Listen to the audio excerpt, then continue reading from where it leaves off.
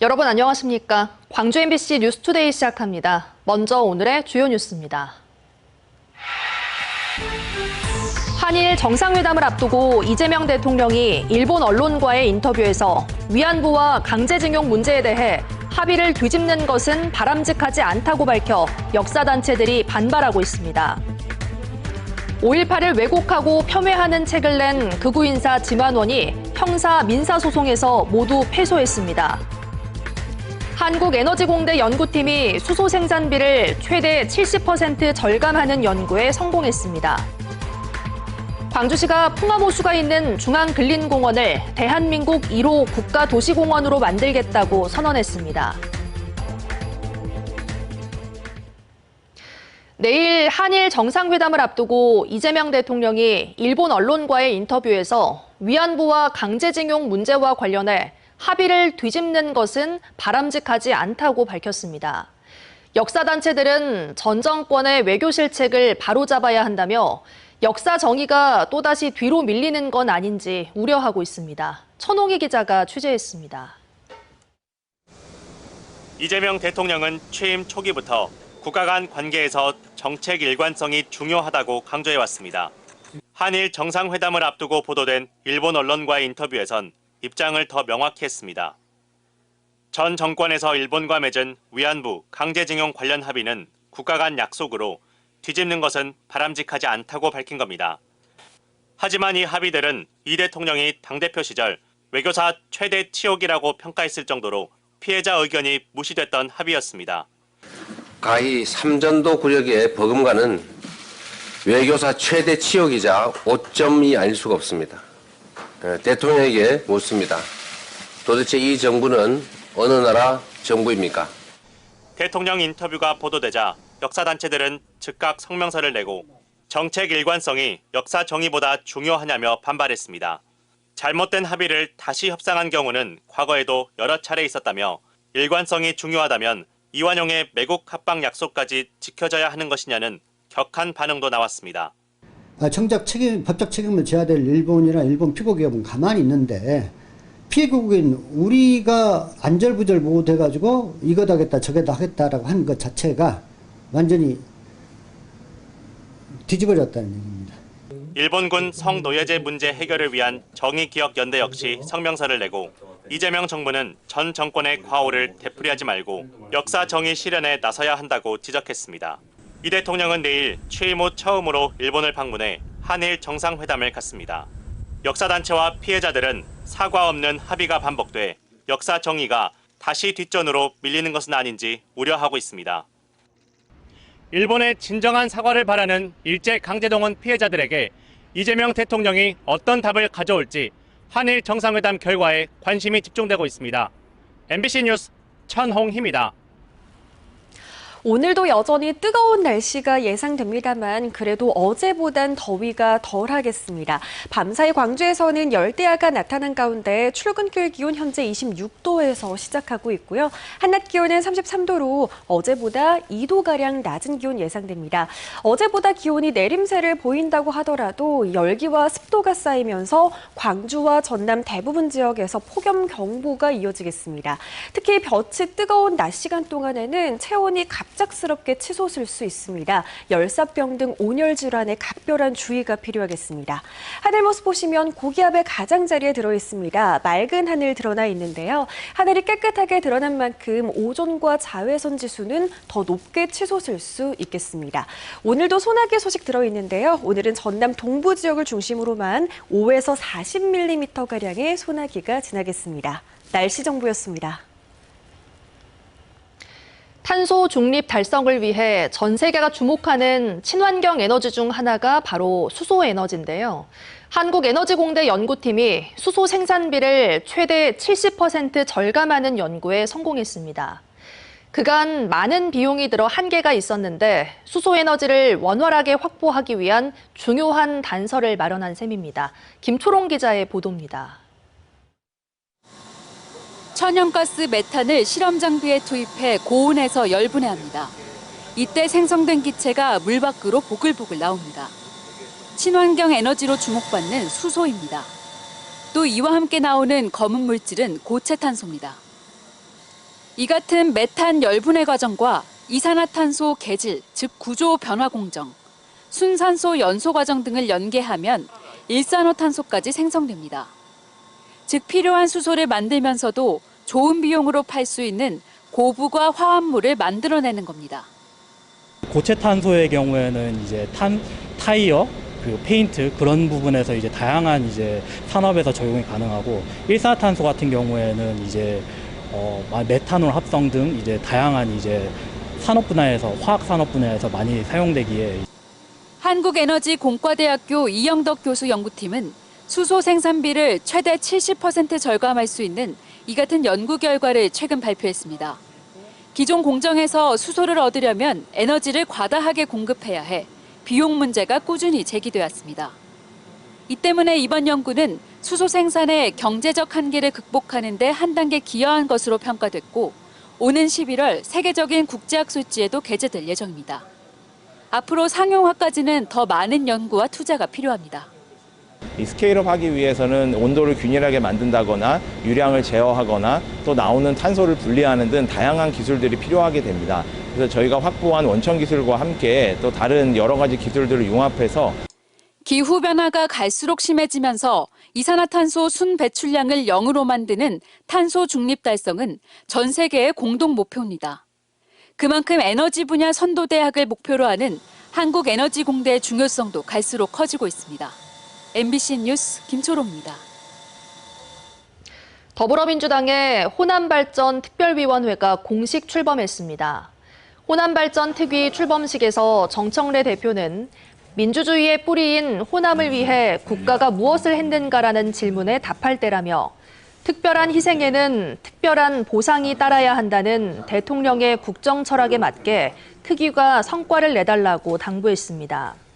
위원장을 맡은 서삼석 의원은 호남과 국민, 당원들이 체감할 수 있도록 성과를 만들어내겠다고 다짐했습니다.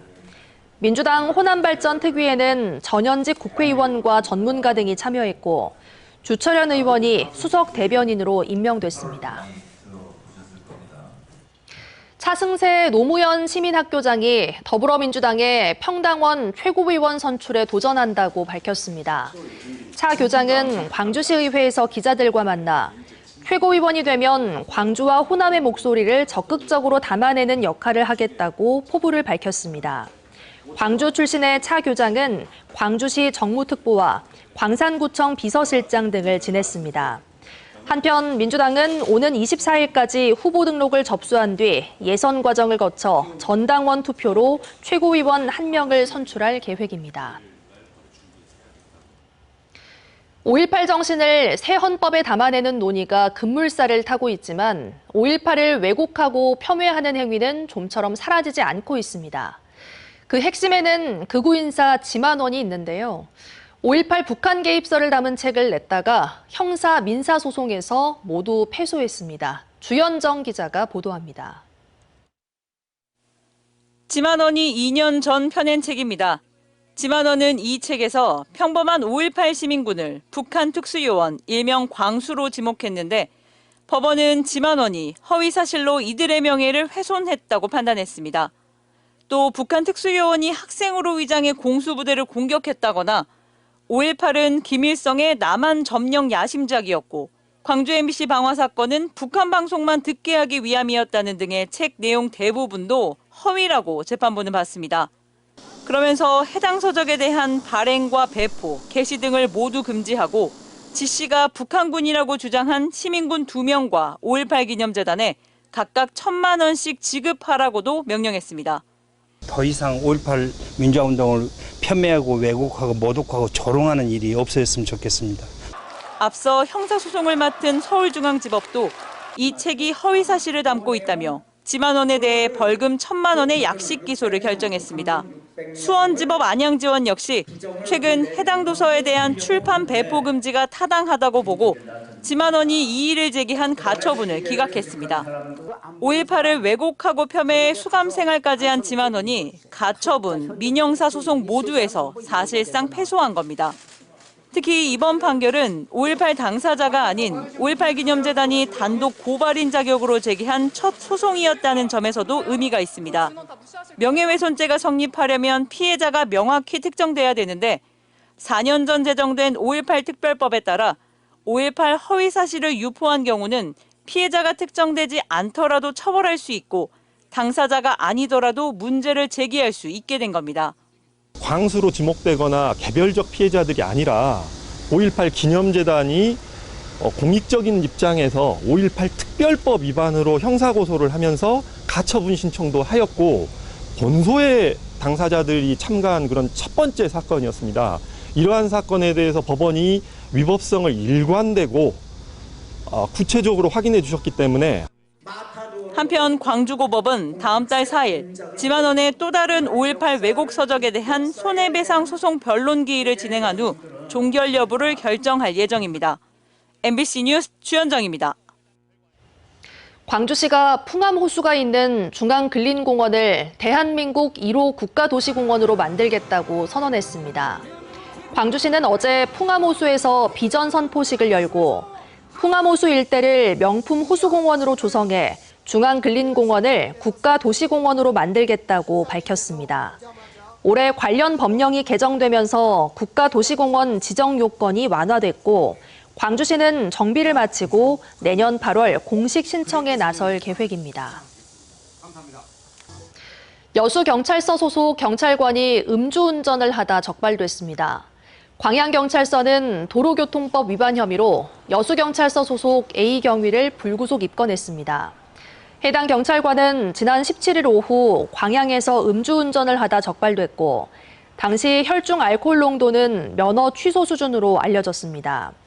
경찰은 A 경위를 직위 해제했고 징계 절차에 착수할 방침입니다.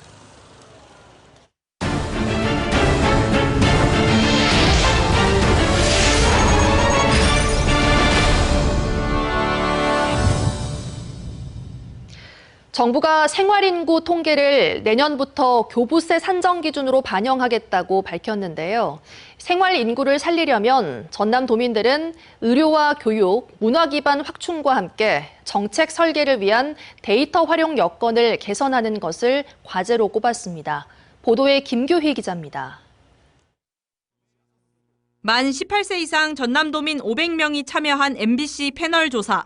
생활인구 활성화를 위한 가장 시급한 과제로 의료, 교육, 문화시설 확충을 33.2%가 꼽았습니다. 청년층의 생각은 조금 달랐습니다. 20대 응답자 중 22%는 역시 시설 보완과 확충을 꼽았지만 비슷한 수준인 21%는 정주 유도형 청년 가족정책 확대를 가장 필요한 정책으로 선택했습니다.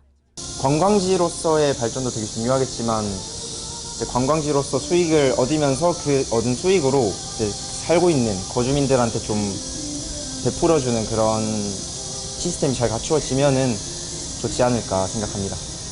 정부는 내년부터 생활인구 규모를 기준으로 지방재정을 지원하는 교부세 제도 개편을 추진 중입니다. 생활인구 교부세가 지역별로 차등 지원된다면 어떤 요소가 우선돼야 하냐고 물었습니다. 도민들은 소멸 대응 우수지자체 인센티브 부여를 19.8%로 가장 많이 꼽았고 이어 실제 체류 일수, 지역별 경제 여건 반영 등이 뒤를 이었습니다. 양보다 질, 머문 시간과 지역 특성을 반영해야 한다는 요구가 나타난 겁니다. 진짜 지역이 살아나죠. 그 사람들 와서 식당에 밥을 먹고 2, 3일 있다 가고 그럼 지역이 살아날 수도 있죠. 그러나 그런 사람들을 그렇게 만들어야 되는데 그렇게 못 만든다는 게 나는 안타깝다 생각합니다. 지자체의 정책 설계를 위한 데이터 접근도 과제로 꼽힙니다. 생활인구 관련 공공데이터 활용 방식에 대해 투명성과 사용 보편화를 위한 법적, 기술적 검토가 필요하다는 의견이 28.4%로 가장 많았고 지자체가 쓸 수 있게 예산과 권한을 줘야 한다는 응답도 21%에 달했습니다. 다양한 방식의 데이터 개방과 지자체의 자율적 활용 여건 마련이 필요하다는 인식이 나타난 셈입니다. 카드를 얼마큼 했는지, 그다음에 이제 어느 정도 머물렀는지 이런 통계들이 나오기 때문에 이런 걸 통해서 어떤 사람들의 지금 최저임금의 특성이 무엇인지를 파악할 수 있어서 결국 생활인구 정책의 효과를 높이기 위해선 데이터 기반 정책 설계와 지자체 활용 여건을 좀 더 넓히는 지원이 병행돼야 할 것으로 보입니다. MBC 뉴스 김규입니다.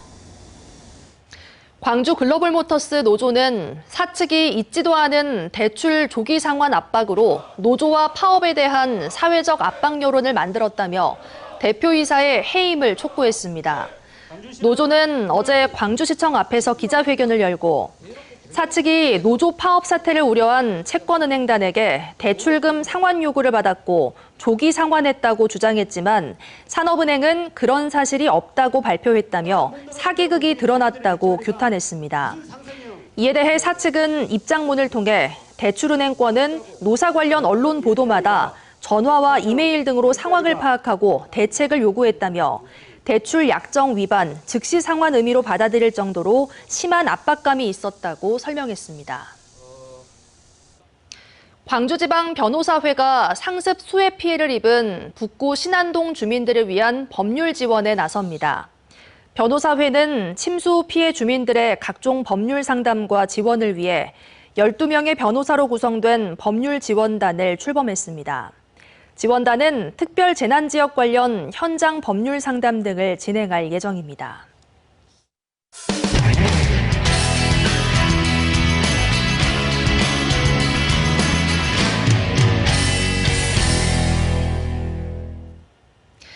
이재명 대통령의 농촌 대표 공약인 농어촌 기본소득이 국정과제 선정에 이어 국무회의에도 보고되며 추진이 본격화하고 있습니다. 하지만 농촌 지역의 재정 분담을 과하게 요구할 경우 가뜩이나 어려운 지자체의 재정 악화가 뻔하기 때문에 지방의 부담을 줄이는 정책 추진이 과제로 꼽히고 있습니다. 전주문화방송 강동엽 기자입니다. 대선 후보 당시 전북 지역을 돌며 농어촌 기본소득을 강조한 이재명 대통령.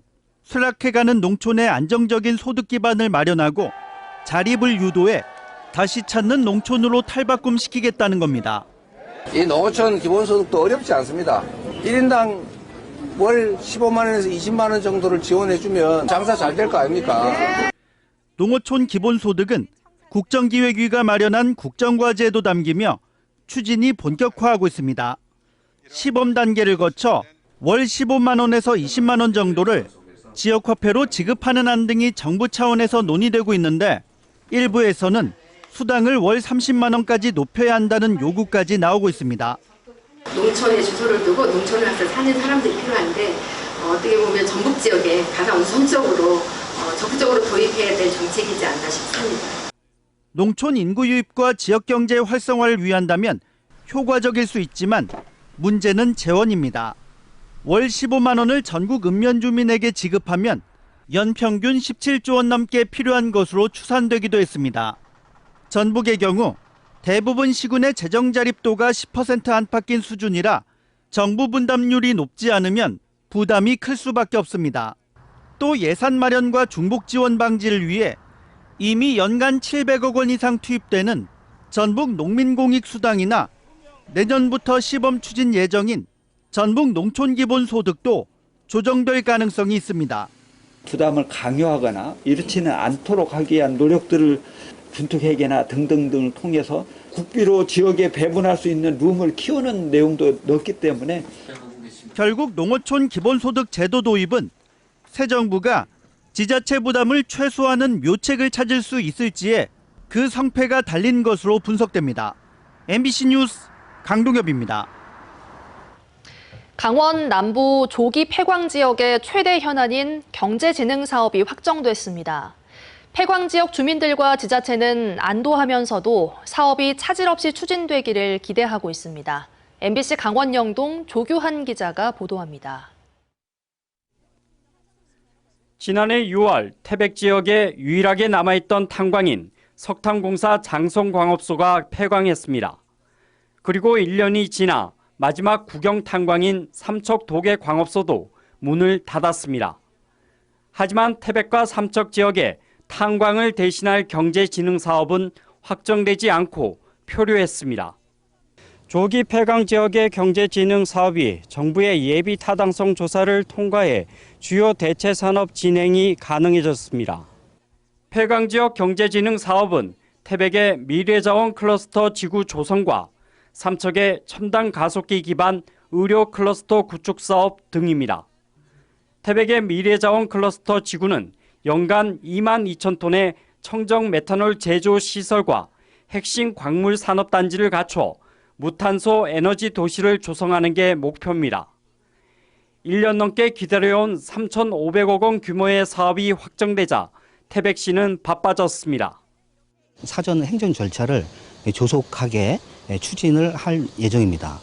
그리고 그 이후에 사업자 선정이라든지 그리고 설계, 시공 과정을 거쳐서 2028년도 내지 2029년도쯤에는 삼척의 첨단 가속기 기반 의료 클러스터는 암세포를 정밀 치료하는 꿈의 암 치료기인 중입자 가속기를 설치해 암치료센터 등의 의료 산업을 육성하는 게 핵심입니다. 총 사업비만 무려 3,600억 원인데 200일 넘게 천막 농성을 벌여온 주민들은 늦게나마 다행이라며 안도하는 분위기입니다. 이 새로운 시작이 계획대로 차질 없이 잘 진행되도록 바라는 마음 간절하고 저희 지역적으로는 또 다른 숙제를 또 안고 있습니다. 물론 주변에 있는 우리 광산에 또 다른 위기에 닥쳐서 이것 역시 슬기롭게 잘 대처하는 폐광 지역 주민들은 대체 산업 확정으로 일단 한숨을 돌렸지만 앞으로 정부의 적극적인 지원과 지자체의 속도감 있는 사업 추진을 바라고 있습니다. MBC 뉴스 조규환입니다. 제주 지역의 학교 급식실에서 일하던 노동자들이 폐암에 걸려 산업재해로 인정받는 사례가 잇따르고 있습니다. 음식을 튀길 때 발생하는 발암물질인 조리듐에 노출됐기 때문인데요. 급식실 환경을 개선해야 한다는 목소리가 나오고 있습니다. 제주문화방송 조인호 기자입니다. 1997년부터 제주의 학교 급식실에서 근무했던 영양사. 2023년 폐암 진단을 받자 근로복지공단을 상대로 소송을 냈고 최근 산업재해로 인정받았습니다. 서울행정법원은 영양사가 24년간 조리듐에 노출돼 폐암이 발병했거나 악화됐다고 판단했습니다. 조리듐은 고온의 기름을 사용해 요리를 할 때 배출되는 미세먼지로 발암 물질입니다. 특히 튀김과 볶음, 굽기를 할 때 많이 발생해 폐암 위험도 높아지는데 영양사는 날마다 이 같은 방법으로 요리했습니다. 하지만 영양사가 근무했던 학교들은 급식실이 반지하에 있거나 환기시설이 없는 경우도 많았습니다. 제주 지역에서 학교 급식실 노동자가 폐암에 걸려 산업재해로 인정받은 것은 이번이 세 번째입니다. 노동자들은 작업 환경이 열악한 데다 인력이 부족한 것도 원인이라고 주장합니다. 대량의 식사를 준비를 하기 때문에 보통 만약에 되면은 한 1,500, 800, 거의 2,000명 가까이 되는 양의 음식을 하기 때문에 거기에 따른 또 조리음은 더 어마장장하거든요. 제주도 교육청은 내년까지 모든 학교의 급식실에 환기시설을 개선하고 노동자들에게 폐암 검진 비용을 지원하겠다고 밝혔습니다. 급식 종사자들의 체계적인 건강 모니터링과 또 쾌적한 조리 환경 개선을 통해서 급식 종사자들의 건강과 안전을 보장하도록 노력하겠습니다. 제주 지역 학교 급식실에는 영양사와 조리사 등 1,200명이 근무하고 있습니다. 특히 장기간 유해 물질에 노출됐던 학교 급식 노동자들은 앞으로도 폐암이 발병할 가능성이 있어 이들의 건강을 관리할 대책이 시급해지고 있습니다. MBC 뉴스 조은우입니다. 보건공사가 진행 중인 옛 전남도청은 국립아시아문화전당의 민주평화교류 기능을 수행해야 한다는 제안이 나왔습니다.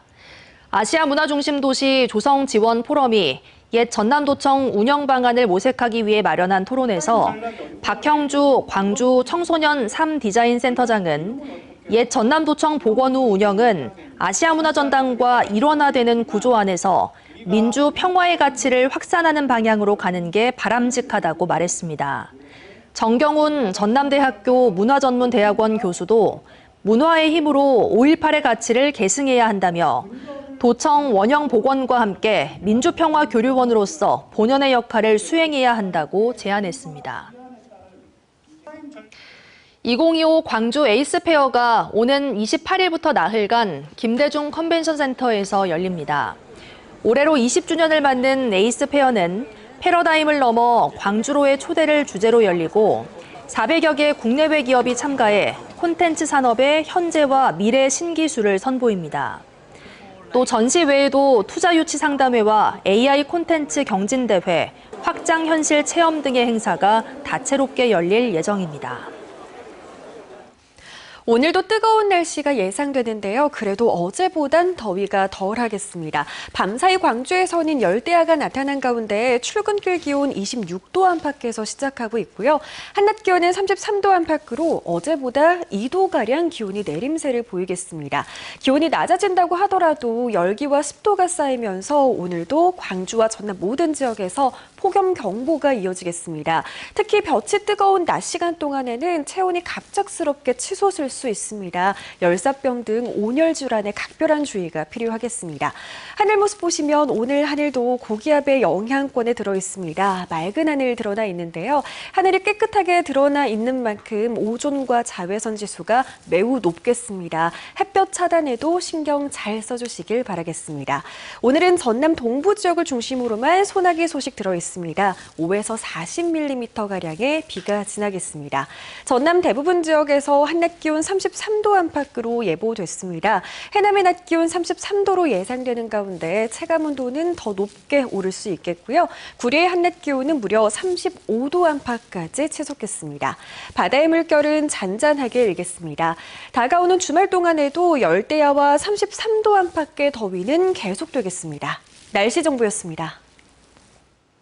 이상으로 뉴스 마칩니다. 함께해 주신 여러분 고맙습니다. 언제 어디서나 내 손 안의 뉴스. 광주 MBC 뉴스 유튜브 구독으로 함께하세요.